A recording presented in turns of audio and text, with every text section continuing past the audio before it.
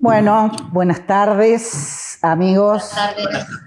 Me toca hoy presentar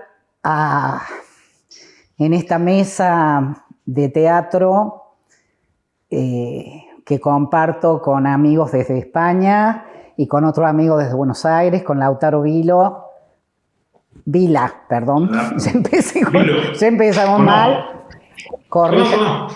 Corríjanme cualquier cosa. Sí. Lautaro es un escritor, dramaturgo muy exitoso que vive en Buenos Aires, es de Neuquén, creo. Sí, pero así es. se nos fue a Buenos Aires y allá ha hecho una carrera extraordinaria como dramaturgo. Ha trabajado junto a grandes directores como Rubén Schumacher, en puestas como, Hamlet. Y se dedica fundamentalmente a traducir los clásicos de Shakespeare y a hacer adaptaciones para el teatro. Además de ser autor él mismo de su propia obra, digamos, fuera de las traducciones y las adaptaciones.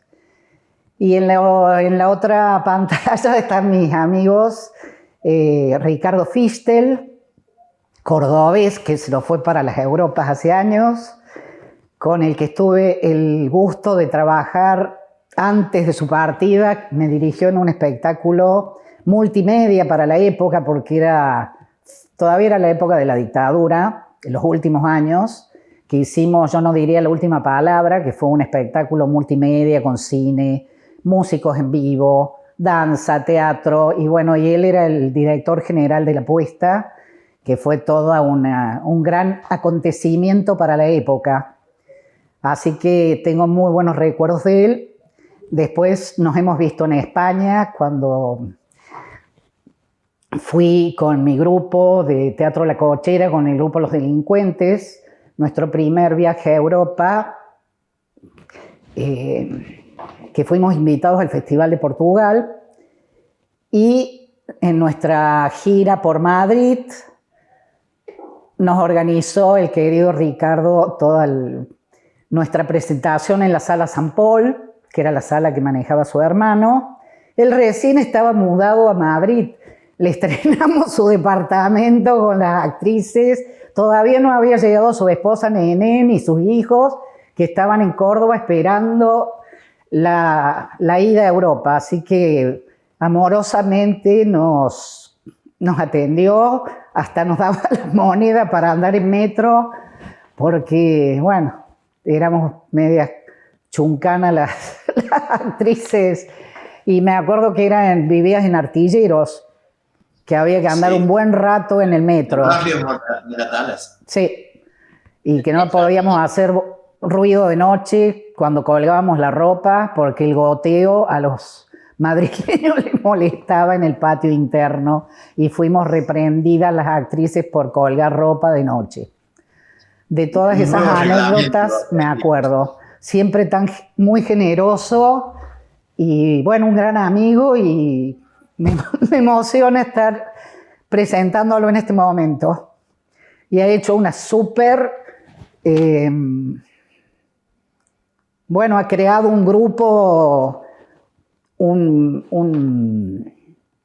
su propia compañía, que se dedican a hacer teatro para los niños y adolescentes, y viajan por toda España llevando el teatro, los clásicos, los grandes clásicos de la literatura universal, que se dedican a adaptarlos y a hacer unas hermosísimas puestas por toda España. Y la actriz que te tendrías que presentar tú, porque tienes un nombre, Almudena. Sí, es precioso el nombre. Fíjate, es que aquí en España Almudena es un nombre muy común. Y yo nunca lo había escuchado. Ya me estoy volviendo español. Se me pegó. Precioso. Claro, es un nombre común, es nuestra patrona, ¿no?, de los madrileños, la Virgen de la Almudena. San Isidro y la Virgen de la Almudena, que debían de ser pareja o muy amigos, y son nuestros padres. Entonces, yo tengo uno de los nombres más comunes de este país, junto con uno de los apellidos más comunes en este país Y en Argentina. y en el mundo. En el hispanoparlante. ¿Me dejas decirlo? Dilo. A ver si os suena. García Sánchez. No, totalmente. Sí, Tendría que ser Pérez García. claro, Pero no. claro. Sí. Tendría que ser Pérez García, no, pero es García Sánchez. Es García Sánchez. Tengo amigos Pérez, amigos González, amigos Hernández. Claro, soy muy de aquí. Soy muy de acá. ¿Y vos? Soy actriz, soy dramaturga, soy directora. Desde hace ya 30 años la compañía con Ricardo Fistel y con Nene Fistel.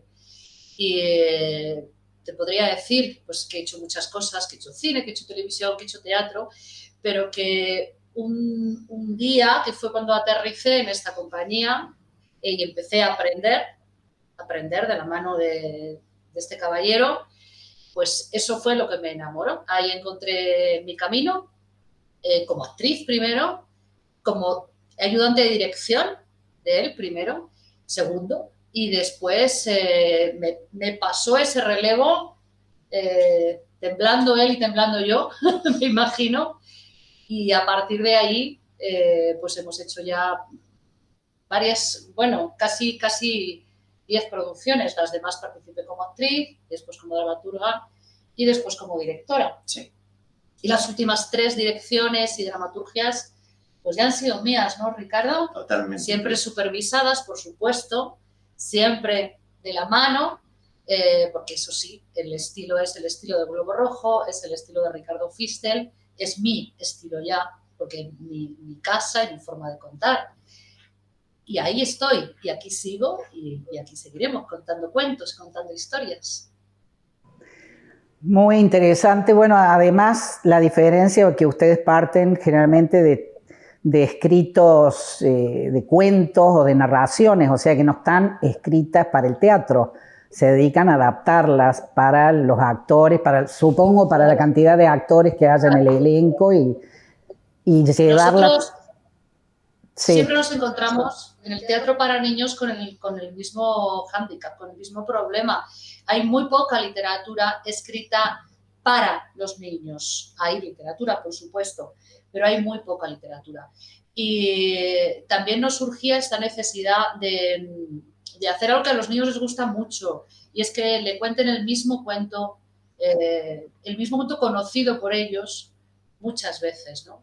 Y el hecho de poder, ese cuento que ellos leen, que ellos ven ilustrado, que disfrutan de esos dibujos, poderlo poner en un escenario, pues esa ha sido, y bueno, poderlo poner con todo lo que cuentan estos cuentos, que siempre han sido formas de aprendizaje para los críos, desde que los Grimm, Andersen, Perrault empezaron a la tradición oral, ponerla por escrito, pues también nosotros poder contar de una manera, pues con los tiempos que hoy corren, ¿no? Esas enseñanzas que se hacían a los niños de una manera tan especial. Claro, y que muchas veces no fueron escritas para los niños, sino para sí, toda.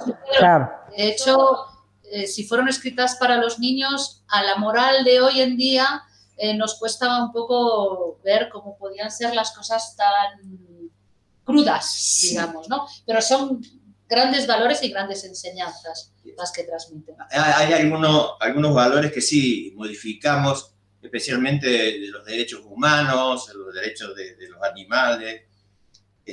Por ejemplo, adaptamos una vez Pedro y el Lobo, la sinfonía, y nosotros giramos mucho en Castilla-La Mancha, ¿no? En nuestro territorio, que lo recorremos de punta a punta, es un territorio muy, muy amplio, que es la llanura manchega, la llanura del Quijote. Y ahí son todos cazadores.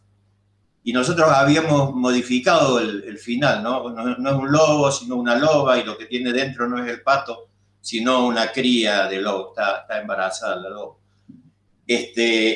Pero de la platea nos gritaban que matemos al lobo, ¿no? Mátalo, mátalo. No solamente los niños, sino los abuelos, que normalmente no había teatros en Castilla-La Mancha, cuando nosotros había cines cerrados y no había casas de cultura. Últimamente hay anfiteatros en cada pueblo, aunque tengan 500 habitantes, hay un anfiteatro. Y los abuelos se pedían permiso para sentarse al final y empezaban a gritar ellos: mátalo, mátalo, mátalo, porque el lobo había que matarlo, porque el lobo mataba a las ovejas. Y en Castilla-La Mancha casi ya no hay ovejas, pero el sentimiento de cazadores persiste. Yo creo que fue hace, ¿cuántos años hace de esto, Ricardo? Hace 20 años. Y más. 25. Y más, 25. porque te digo que yo, mi primera sustitución en la compañía, porque yo entré sustituyendo a otro actor que salía, fue haciendo un gato y un narrador en este espectáculo de Pedro y el Lobo. Y esto hace más de 25 años, te lo digo yo, Sí. por mis contratos, ¿no? Y te digo que fue muy novedoso, porque era una de las primeras veces que los personajes de animales se ponían en el escenario con calidades humanas. Y eso no era tan fácil de ver, efectivamente. ¿Por qué? Si el lobo mata y nosotros comemos patos. La canción final dice eso: ¿quién no come patos cada 2 por 3? Por cierto, la música es de Alejandro Baró. Toda la música del espectáculo. No usamos la sinfonía, sino que usamos la música de Alejandro Baró. Y la escenografía es de un escenógrafo que no trabajaba de escenógrafo en Córdoba, pero luego aquí en España, su regreso de España, porque era un español que emigró a los 18 años a Argentina en la Guerra Civil, que es Pepe Maciá, que tenía la casita azul con Beatriz Maciá.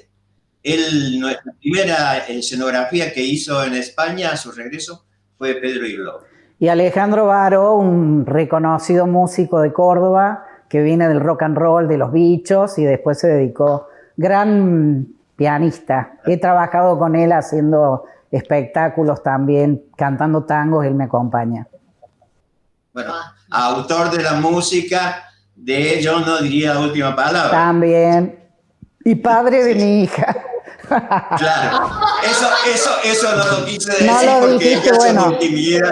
Pero sí, tengo una hija que es actriz, que se dedica fundamentalmente, tiene todo el entrenamiento del circo y que es una gran actriz, que es Paulina Baró. Mi otra hija, Natalia, también empezó con la música, haciendo canciones, pero ahora está dedicada más a las terapias alternativas, a la psicología, se dedica más a eso. Pero bueno, Paulina siguió la trayectoria artística de la familia, digamos. Qué bonito. Bueno, aclarado el tema. Qué buen nombre, Los Bichos, para una banda. Sí, esa banda se llamó Los Bichos y es una banda de las primeras del rock and roll. Trabajaron en la pesada de Billy Bond, estuvieron en La Cueva. Lo que pasa que y en esa época trabajaban mucho en Buenos Aires. Era un grupo bastante innovador, de los pioneros del rock and roll en la Argentina. Así es. Y bueno, y más. Alejandro descubrió que yo tenía 2 papas en los oídos y me sentó con sus equipos estereofónicos 5 horas escuchando Pink Floyd en el lado oscuro de la luna, y hasta que no reconocí cada uno de los instrumentos no me dejó volver a mi casa. Y resulta que no tenía 2 papas. Se ve que podía distinguir un violín de una flauta traversa. Creo que todos podemos cantar y estar con el otro en la música. Bueno, yo me he dedicado desde hace años a dar clases de canto y de texto teatral, porque he trabajado mucho técnicas he tenido la maravillosa posibilidad de trabajar con Rosana Luca del Royhart, que era cordobesa, vivía en Francia, pero durante 20 años he trabajado con ella y allí aprendí que todo el mundo puede cantar, que el problema está en la cabeza, en los miedos de entrar antes, la ansiedad por entrar fuera de tiempo, porque está todo en la cabeza. Cuando le das un ejercicio al actor que haga otra tarea, entra perfectamente y canta y todo perfecto. Y escucha. con esa dificultad nos encontramos nosotros siempre. Aquí tenemos actores que cantan estupendamente y luego otros que no cantamos. Pero lo intentamos. Y yo agradezco mucho esas palabras que dices, porque algunos maestros nos han echado mucho para atrás. Con tú no cantas, no puedes cantar, no lo hagas, ¿no? Y es como, pero yo quiero, aunque sea una frase. Una curiosidad que tiene el grupo y que hable el compañero. Que hable el compañero. Resulta que nosotros tenemos una furgoneta con 6 plazas, porque no tenemos una sala donde hacer nuestro propio espectáculo, excepto una campaña de colegios que hacemos que un ayuntamiento hace ya 33 años nos cede la sala, pero normalmente el grueso de las funciones se hacen en gira. Y entonces la compañía tiene 5 actores, actrices y un chofer técnico. Y no hay ninguna otra posibilidad. Pero hacemos espectáculos, por ejemplo, Don Quijote y Sancho Panza por los Campos de la Mancha, tiene 25 personajes. Wow. Y hacemos entre los 5, 25 personajes. El técnico no hace porque es tímido, pero el día que se anime va a trabajar también. También lo harán. Bueno, y volviendo al tema un poco de la musicalidad, porque estuve viendo algunas charlas de nuestro amigo Lautaro, algunas cosas que estuve espiando en la red. Él como escritor tiene mucho que ver esto del ritmo en la escritura, la sonoridad de las palabras a la hora de la traducción, ¿verdad? Sí, bueno,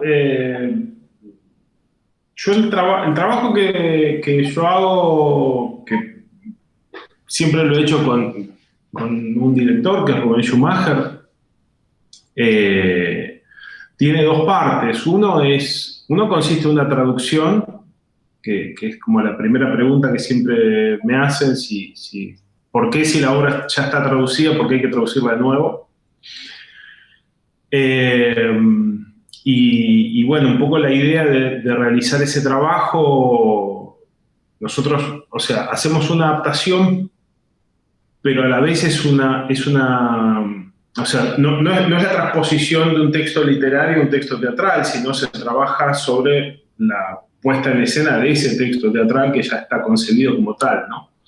Entonces, la manera de entrar a trabajar en la materialidad de las palabras, en la materialidad, en la forma misma del texto, tiene que ver con ir directamente a una traducción. O sea, nosotros a realizar una traducción, quiero decir, ¿no? A vérselas con la forma del lenguaje original, y primero se traduce el significado y luego trabajamos la sonoridad ya en el idioma de llegada. En el caso de Shakespeare, para mí siempre me pasó lo siguiente. Yo leía las obras y cuando pensaba las escenas por fuera del texto, de lo que estaba leyendo en la traducción, me parecía que las obras estaban buenísimas. Y después cuando las iba a ver, no entendía de qué hablaban. Y no entendía qué pasaba. Entonces, un poco la idea es que en principio trabajar en pos de la comprensión del material, y la comprensión del material implica un poco el significado, pero también implica la dinámica, también implica mantenerse entretenido, ¿no? Los amigos aquí trabajan con niños y yo creo que los niños son el mejor público de todos porque no tiene paciencia ante su aburrimiento, ¿no? O sea, los adultos somos un público en ese sentido espantoso porque nos podemos aburrir como unas ostras y sin embargo estamos ahí quietitos en silencio. Los niños no, cuando algo se rompe empiezan a manifestarlo. Entonces, la idea en principio es ir al encuentro de los materiales y luego no solamente se tiene que comprender todo, hay que tratar de, en el caso de Shakespeare, bueno, hacerse cargo de los niveles de poesía posibles en castellano, en nuestro castellano, que es un castellano muy particular, y eso tiene que sonar bien. Obviamente que no puede sonar para mí en verso. Yo creo que la traducción de un texto shakespeariano a una teatralidad posible hoy implica deshacerse del verso. A veces las traducciones que todavía quieren mantener eso, en general, caen en unos léxicos imposibles. Pero incluso en la mejor prosa, o sea, si uno afila el lápiz, puede dar cuenta de una sonoridad que es una construcción distinta, pero en todo caso la puede confrontar o puede tratar de acercarla a la versión original. No por un impulso clasicista, sino simplemente por una cuestión de eficacia teatral. O sea, lo que tiene el teatro shakespeariano es una tremenda potencia teatral. O sea, es muchas veces como la tradición de las traducciones realizadas por gente que no forma parte del trabajo escénico la que ha vuelto esos textos de una solemnidad a veces tremenda, ¿no? El caso de las famosas obras completas de Astrana Marín y todo ese corpus con el que tuvimos que pelear cuando teníamos la formación, ¿no? Actoral y demás. Claro. Pero cuando uno lee o escucha, ¿no? Pasa una cosa muy rara con Shakespeare, por ejemplo. Uno escucha a los ingleses y dice, esto suena bárbaro. Mirá qué potencia que parece que tiene la mera poesía. ¿Por qué después cuando leemos una traducción en castellano es un galimatías que no se puede comprender? Y que por otro lado tampoco tiene sonoridad, tampoco tiene dinámica. Entonces, bueno, ese tipo de cuestiones son las que se trabajan. Para mí, si el público se entretiene, se mantiene interesado en lo que está viendo y aparte comprende todo, claro. Para mí es lo mejor que me pueden decir, digamos. Claro. Yo cuando hicimos la primera, que fue Rey Lear, bueno, era mi primera traducción, yo no tenía idea que iba a resultar de todo eso. Y de pronto cuando vi que había gente que estaba llorando en la última escena, dije, bueno, ok, lo logramos, ya está. Porque si no te entretuvo, es muy difícil que estés llorando en el momento que Lear aparece con Cordelia. Estaría, no sé, pensando en qué pizza te vas a pedir, qué sé yo, ese tipo de cosas. Y sin embargo estaban ahí y había un clima de escucha. De tristeza tremenda, el silencio tenía esa potencia que tiene el silencio teatral, entonces, bueno, eso fue fue lo más lindo como cosecha, ¿no? de ese proceso.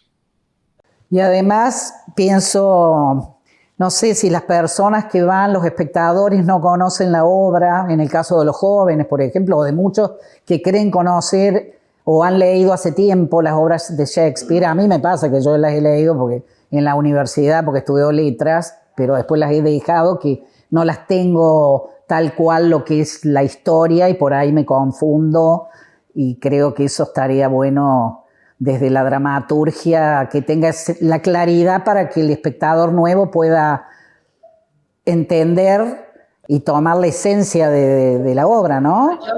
No, lo mismo, es muy, muy, muy, muy difícil hacer lo que haces y hacerlo en castellano, porque efectivamente la sonoridad que tiene esa poesía en su idioma de origen es imposible en la traducción. Bueno, no es imposible, vosotros lo hacéis, que tenga esa sonoridad. Y a mí también me ha pasado, bueno, desde la lectura, sin necesidad de verlo en el teatro, leer El Rey Lear, por ejemplo, y no entender, bueno, la generalidad, entenderla, pero muchas escenas decir, ¿y esto cómo es? ¿De qué están hablando exactamente? No poder hacerlo, ¿no? Poder ponerlo en el escenario y que se entiendan los sentimientos, que se entienda lo que está pasando realmente, es muy complicado. Claro, bueno, después está la cuestión del actor y la sonoridad que le dé a ese texto, los diferentes fraseos y ritmos, y bueno. Sí, pero Lautaro ha tenido la posibilidad de que... formal que no se comprende. Pero en el caso de Lautaro... Lautaro... Tengo una hija que estudió arte dramático y en vez de leer los libros que le daban, alquilaban los vídeos. Veía las películas. Veía las películas. Que ya son adaptaciones. Imagínate qué problema cuando rindes un examen y como has visto la película le has cambiado el final a Romeo y Julieta. Claro. Has hecho tu propia adaptación. La llevaban cruda. La llevaban cruda. ¿Sabes qué? En realidad no es tanto como poder dar cuenta de esa sonoridad, sino disponerse a escucharla para crear una otra sonoridad, que no va a tener, ¿no?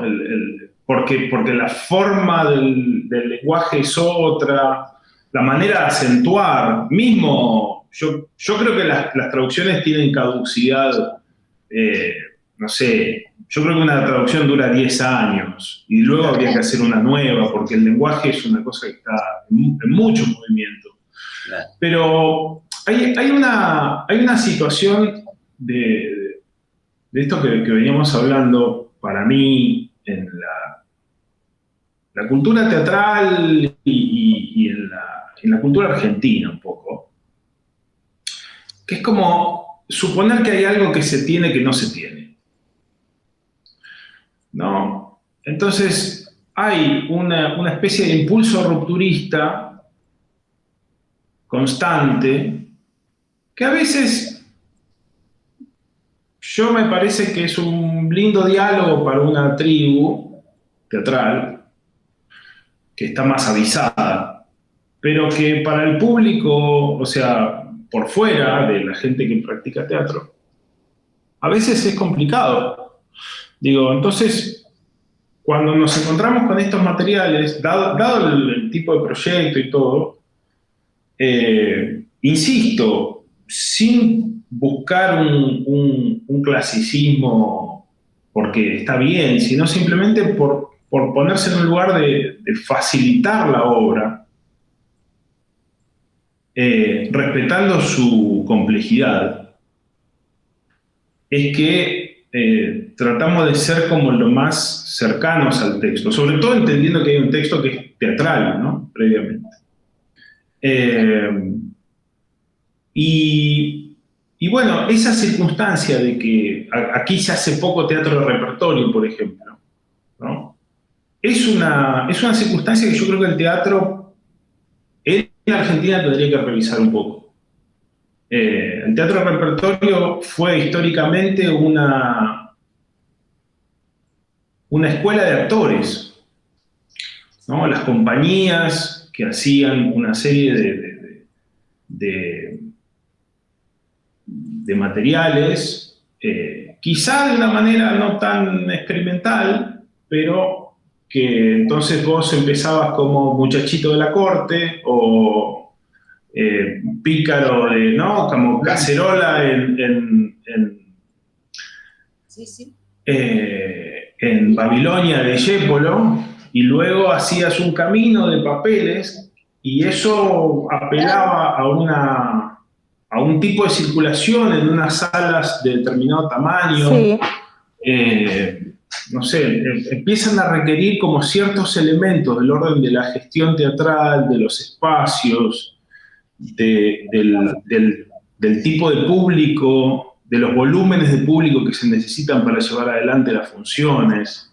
Claro, por ejemplo, acá en Córdoba generalmente esos espectáculos son de obras de repertorio, los hacen los elencos oficiales, que, claro, como la Comedia Cordobesa, que tiene su sala de teatro a la italiana, tiene sus actores pagos y tienen sus grandes vestuarios, sus grandes puestas, que un grupo independiente no lo puede hacer porque estás en salas alternativas para poco público, en espacios no convencionales. Generalmente allí la adaptación, por ejemplo, voy a hablar de una obra que hicimos junto a Paco Jiménez en La Cochera, la adaptación de Los Siete Locos y los Lanzallamas, que fue Choque de Cráneos, donde, bueno, la escenografía era simplemente un elástico de cama y, bueno, los actores trabajábamos con diferentes... Cada uno fue armando su propia dramaturgia, digamos, cada actor. Después Paco ordenaba esa especie de pastiche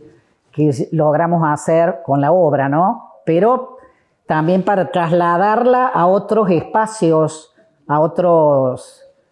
Y no en un... Generalmente nosotros, por ejemplo, no trabajamos en los escenarios a la italiana. Nuestras obras se pierden y mueren porque están planteadas para el público más cerca, para otras dinámicas con el espacio, el manejo del espacio, de utilizar lo que hay en el aquí y ahora en el espacio, qué sé yo, hasta jugar con una ventana que está rota, un vidrio roto, usarlo escénicamente, o tirar piedras al techo. En una época en La Cochera, para hacer un efecto en el techo de chapa de zinc, tirábamos piedras, entonces parecía, qué sé yo, ese tipo de locuras que hacíamos sonoras, o de hacer un concierto de cucharas por el piso, acompañando con la música de Philip Glass, o sea, trabajando en otro tipo de espacio, ¿no? Entonces es como, creo que también tiene mucho que ver lo que uno va a adaptar. Nosotros de alguna manera somos un elenco de repertorio. Claro. La característica que tenemos de una sala donde hacemos funciones para niños de colegios, concertada, y ahí se requiere, nosotros tenemos en este momento 6 espectáculos en cartel. Hay veces que tenemos que volver a casa y cambiar la escenografía, y al otro día es otro espectáculo, después un tercer espectáculo, nos vamos de gira con el cuarto, es un lío. Pero, y esa progresión de la gente que va entrando a estos 5 privilegiados que están en la compañía, es esa progresión.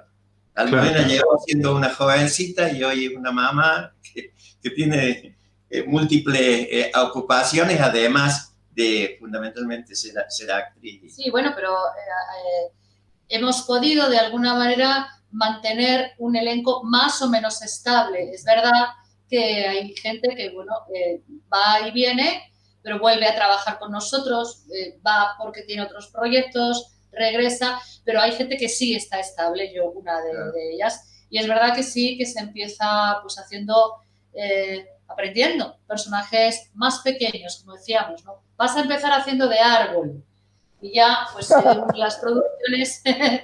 También tenemos una característica nosotros al intentar mantener este esfuerzo que hace Ricardo por darnos trabajo, que es la única forma de mantener el elenco, ¿no? Porque si no tienes que trabajar en otra. Los actores somos así, eternos buscadores de trabajo. Eso es así.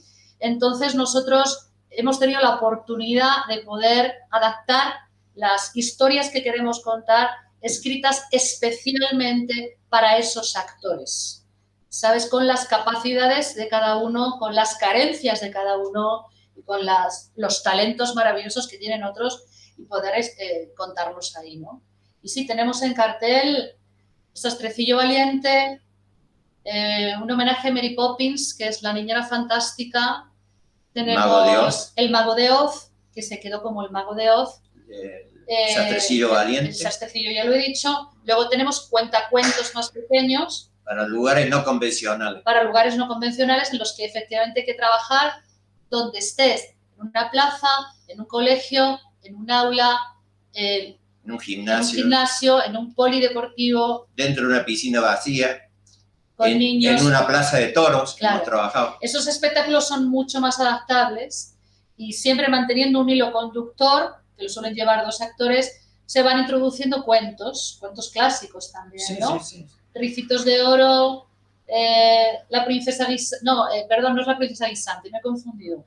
La del pozo, la que lanza al pozo, el príncipe Rana, se me fue el nombre. Triquitrás, Cuentositar, que viene de una canción infantil. el cuento de la lechera, que aquí es muy Cuento de la conocido. ¿Sabéis el cuento de la lechera, no? ¿No? ¿No sabéis el cuento de la lechera? Que ella va a vender su leche al mercado y va por el camino diciendo, yo con esta leche que voy a vender me voy a comprar un cerdo. ¡Ay, no! Y después me voy a comprar una vaca y me voy a comprar una granja. Y sueña y sueña y sueña hasta que se tropieza con el cántaro y el cántaro se rompe. Ese es el cuento de la lechera, ¿no? Tanto el cántaro de la fuente que al final se rompe. Claro. De ahí viene la... Y cuando el talento no nos alcanza, pues tiramos manos, que es lo primero que yo hice en mi trabajo como artista del escenario. Hacemos títeres. Ah, también. Tuve la suerte en mi colegio primario de tenerlo de maestros a dos genios. A los Dimauros, seguramente. Efraín Saavedra en títeres y su hermano Luis Saavedra en dibujo. Entonces yo aprendí a hacer escenografías con él y aprendí a hacer títeres de maché, papel maché y mates. Y entonces todos nuestros espectáculos, ahora tenemos un títere aquí que es un camello. ¿Lo queréis ver? Sí, tráelo. Mira, mientras ella va por el camello, yo me había preparado esto y me lo voy a poner, porque a mí me encanta disfrazarme.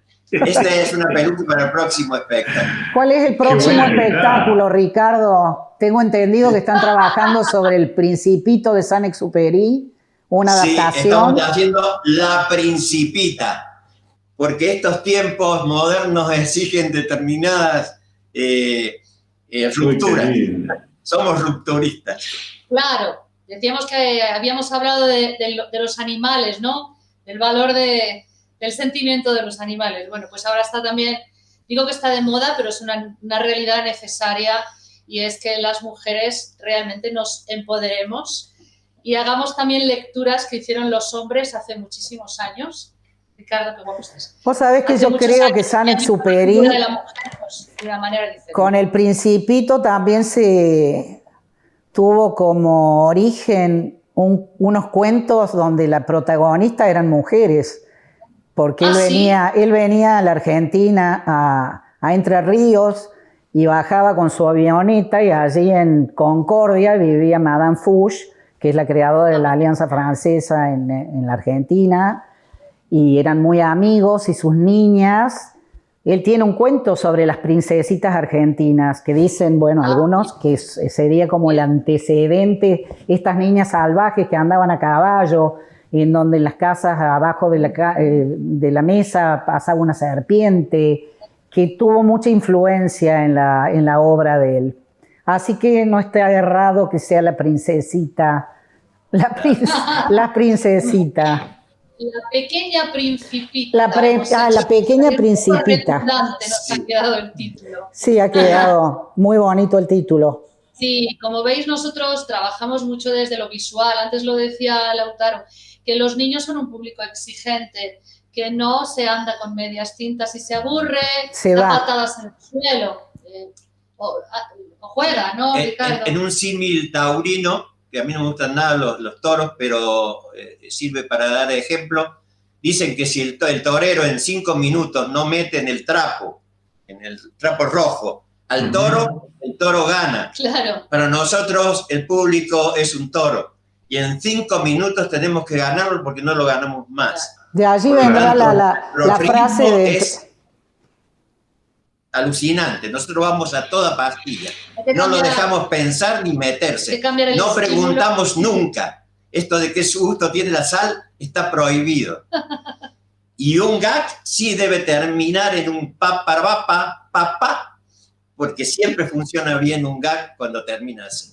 Bueno, un gran aplauso para ustedes, porque ya creo que tenemos que ir un poco cerrando, no sé cómo estamos de tiempo, faltan cinco, que me gustaría ahora darle el cierre, terminar también con nuestro amigo Lautaro, que cuente sus nuevos proyectos, otras obras que sé que tenés, que no son de tu propia escritura, que no son adaptaciones, sino que tenés una dramaturgia propia, que sé que se te está están haciendo tus obras en otros países, en Portugal y en Brasil, creo también, puede ser. En Brasil hay un elenco que está haciendo una obra que se llama Un acto de comunión, que es una obra sobre un caso real de caníbal de Rotemburgo, que fue un caso muy sonado en el 2000, que la está haciendo hace como 10 años ya. Y bueno, como Brasil es un país continental, tienen funciones aquí y allá, ahora creo que estaban por Mato Grosso.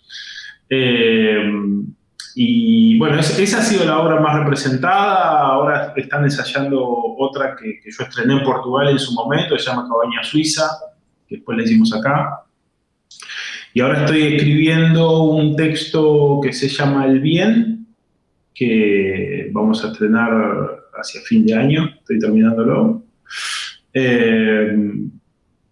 Luego estoy un poco trabajando para plataformas, armando proyectos de series y esas cosas, que es como otro espacio de desarrollo del arte dramático que apareció en los últimos tiempos. Y ahí hay un espectáculo sobre Stevenson con un cantante de ópera, Stevenson, el de la Isla del Tesoro. Escribió una serie de poemas que se transformaron en canciones operísticas. Entonces ahí hay un espectáculo que estamos pensando que tiene un formato de concierto. Es un concierto donde termina sucediendo una obra de teatro, una cosa así. Así que bueno, en esas cosas estamos. Además hiciste esta obra con Schumacher, que tuvo tanto éxito, ¿no? Escandinavia. Escandinavia, de tu autoría, Sí, con la actuación de Rubén. Rubén estuvo un tiempo viviendo en Córdoba. Yo he tenido también la posibilidad de trabajar con él en una obra alemana, antes, después, de Roland. De Schimmelpfennig. Schimmelpfennig, más difícil el apellido. Sí. Entraba Rubén y anunciaba la obra y se iba. Y después seguíamos. Se hizo como teatro leído porque era imposible el montaje. Pero fue una hermosa experiencia con Rubén acá. También dirigió la comedia cordobesa. Y bueno, claro. tenemos... Hizo Amanda y Eduardo, ¿no? Creo que sí, sí. Amanda y Eduardo. Sí. Sí, y nosotros, él tenía una quinta en una época en Cabana. Ajá, exacto. Y ahí, en la quinta de Cabana, trabajamos la versión de Lear. Me acuerdo de había un clima espectacular ahí en Cabana y estar trabajando la versión de La Tormenta de Lear en un día espléndido, porque era muy curioso, como estaba hablando todo el tiempo de exploten rayos y qué sé yo, decía Lear, y nosotros estábamos ahí en un lugar hermoso, muy lindo. Así que bueno, en eso estamos, con ganas de ir a Córdoba también, así que... Bueno, te esperamos por acá y a todos. Nosotros también tenemos ganas de ir a Córdoba, muchas ganas de ir a Córdoba. Yo estaré por enero, mediados de enero. Qué bueno, qué bueno. Bueno, ha sido un hermoso encuentro esto de trascender fronteras, acercar culturas. Si bien somos todos argentinos, la española acá, bueno, tú sigues siendo un cordobés que no se te dio la tonada en 30 años que viví en Madrid. Seguís siendo recontra cordobés. Me dijeron que era imposible y así iba a funcionar y parece que sí funcionó. No. Funcionó. Yo he conocido cordobeses en Londres que la mantienen en inglés. Toma ya. Que es una cosa extraordinaria. Yo conozco alemanes que hablan en andaluz y es increíble. Sí, el cordobés es muy difícil sacárselo. Yo, bueno, me mimetizo con otra. Yo creo que estoy hablando como porteño. Cuando voy a Buenos Aires, me parece que nadie se da cuenta, pero abro la boca y te dicen cordobesa, decir un chiste, va chiste. Bueno, como que te tienen catalogado. Sí. Bueno, algunos son cómicos, los otros cuentan muy mal los chistes, yo no soy bueno. Sí, yo tampoco. Bueno, pero eso es lo fantástico hoy de poder recuperar con este tema de la diversidad, de aceptar las tonadas. Antes, yo me acuerdo cuando entró mi compañero catamarqueño al grupo, Giovanni Quiroga, que hablaba tan catamarqueño, yo decía, ¿qué es esto? Y después, bueno, es una de las cosas maravillosas que tiene él con su gran potencial vocal y qué sé yo, que sea recontra catamarqueño.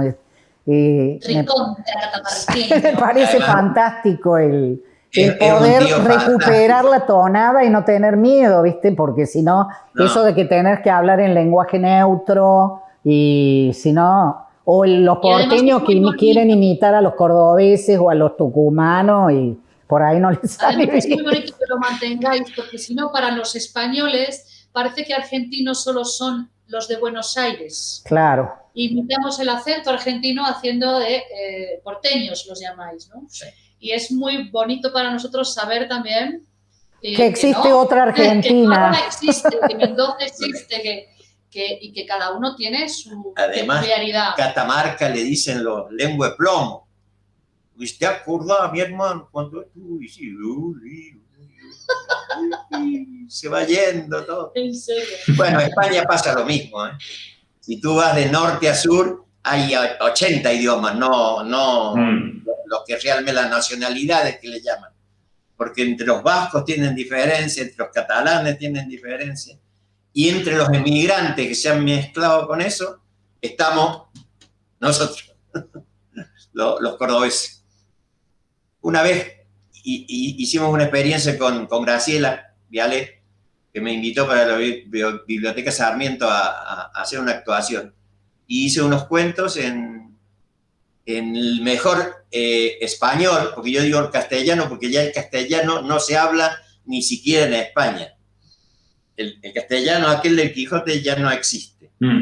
El mejor español que me salía, estudié bien las vocalizaciones, las C y las Ls, y lo hice y me dijo, oh, muy bonito, suena muy bien. Me dice, ahora hazlo en cordobés. Y cuando terminé me dijo, no, eso no es cordobés, ensayá el cordobés. Recupera tu idioma. Se me mezclaba. Y me pasa que cuando voy a mis sobrinos no les entiendo lo que me dicen, porque hay tantas palabras nuevas. Bueno, ahora los niños ¿Eso qué significa, no? Con la televisión hablan como mexicanos, qué sé yo. Mi nieto dice también Ricardo, por lo que ven. No, pero los cordobeses son muy repentistas, inventan cosas. Subían unos chicos de la universidad y uno le dice a otro, qué barandón que tenía el vago. Y entré a la casa y le pregunto a mi suegro, ¿qué es barandón? Dice, olor a axila. La baranda. Ya sé que es barandón. Claro, vaya ahí hoy, ¿no vos? Vaya ahí hoy vos.